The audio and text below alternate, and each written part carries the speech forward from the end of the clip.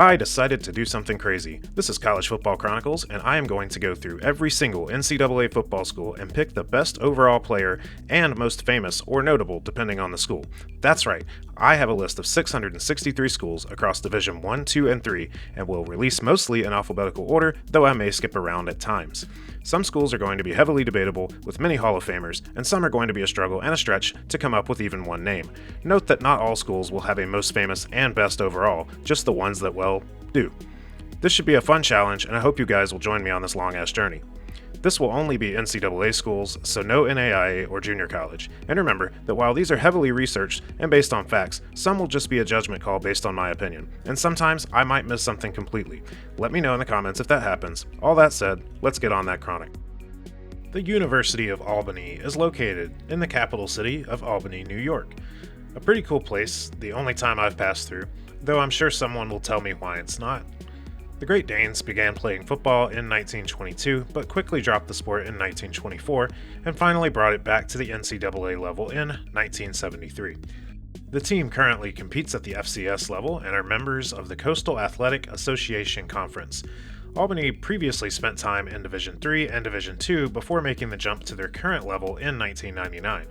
The Great Danes have won 9 conference titles, with 7 coming in the Division I FCS level. They first won the 1997 and 1998 Eastern Football Conference Championships at the D2 level before claiming the Northeast Conference titles in 2002, 2003, 2007, 2008, 2011, and 2012. Finally, they won their 9th in their current conference in 2023. As for postseason play, the Great Danes made it to the 1977 Division III playoffs, where they won a quarterfinal game over Hampden Sydney and lost the semifinals to Widener. At the FCS level, the team made the playoffs in 2011, 2019, and 2023, where they have a 3-3 record. The best run was the latter, where they beat Richmond 49-13 in round 2, and then Idaho 30-22 in the quarterfinals, before being dismantled by South Dakota State in the semifinals 59-0. Ouch, baby. Very ouch. Ouch, baby. Very ouch.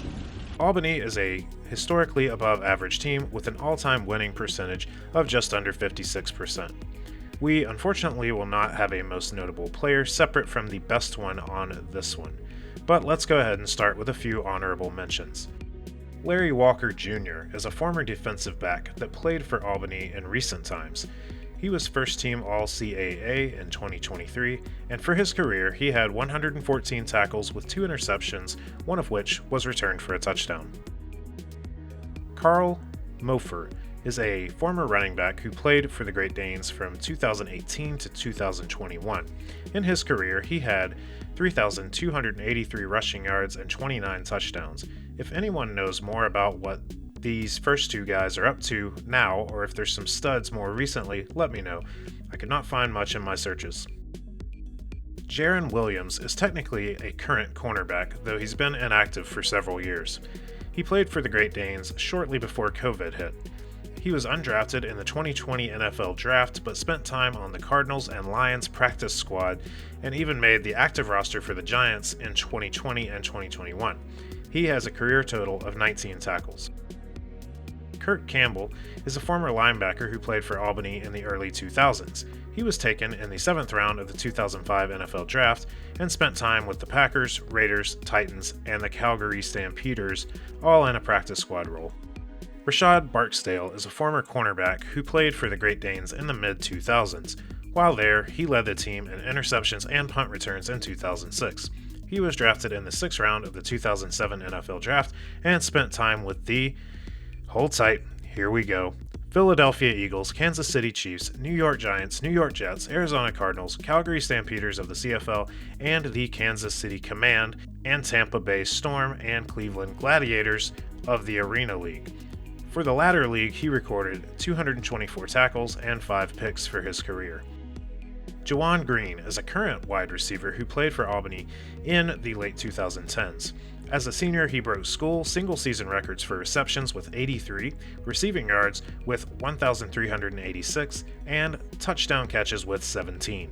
He went undrafted in the 2020 NFL Draft, but spent time on the practice squads for the Falcons, Lions, Titans, and Chiefs. He also spent time with the XFL's Seattle Sea Dragons, and was most recently with the UFL's San Antonio Brahmas, who just recently shut down. Reese Poffenbarger is a current Nomad quarterback who is about to start his 6th season of college football at his 5th different school. Oof. But let's talk about the one place he actually thrived, and that was with Albany in 2022 and 2023. After redshirting at Old Dominion out of high school, Reese landed at Albany, where he started every game from day one. The team had a horrible season, but he ended up with 2,999 yards and 24 touchdowns to only 4 interceptions. That season, he was named CAA Offensive Rookie of the Year and was a finalist for the Jerry Rice Award as the FCS Freshman of the Year. In 2023, the Great Danes had a complete turnaround, losing only once in the regular season against FCS teams and made it all the way to the FCS playoff semifinals. Puff Daddy was a key part. He threw for 3,614 yards, which is a school single-season record, and 36 touchdowns, which led all of the FCS that season in both categories.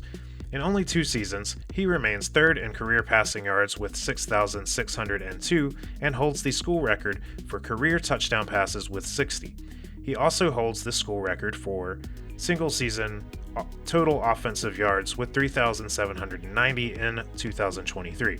He then transferred to Miami, where he appeared in 4 games with 20 yards, and then to North Texas, where he appeared in 2 games with 36 yards. Now at Akron, his ceiling is likely lower than ever. I get betting on yourself and wanting to get back to the FBS level, but in hindsight, you left a really good thing where you fit perfectly. Oh well, you miss 100% of shots you don't take. Jared Verse. Okay, this would be my number 1 pick in a pinch, but he transferred, and there was one guy at the top of the record books who spent his entire career there. So Jared will just fall short of this honor. After a shortened season in 2020, he broke out in 2021 with 9.5 sacks and was named first team All-CAA. In his 2-year career, he recorded 164 tackles and 13.5 sacks. He then transferred to Florida State and became the 19th overall pick in the 2024 draft. He was Defensive Rookie of the Year in 2024 and is already a 2-time Pro Bowler. 2 extreme opposites on the whole betting on yourself scenarios. And now, my pick for the best Albany Great Dane of all time is David McCarty. McCarty played for the team from 2007 to 2009 as a running back. In 2008, he was 2nd in the nation in rushing yards with 1,852, which is an Albany single-season record. He also holds the school records for career rushing yards with 4,287, career 100-yard games with 24, career all-purpose yards with 4,976, and single-season all-purpose yards with 2,208. He also ranks highly in several other categories, such as career and single-season points scored and career touchdowns. In 2010, he was invited to the Tampa Bay Buccaneers rookie minicamp, but was held out after an EKG test showed he had an irregular heartbeat. I couldn't find anything on what he's been up to since then, but I hope he is doing well. As always, thanks for watching. Please let me know in the comments if I missed someone completely obvious or someone you disagree with or even do agree with. Please like, share, and subscribe. This has been College Football Chronicles, and I will see you next time.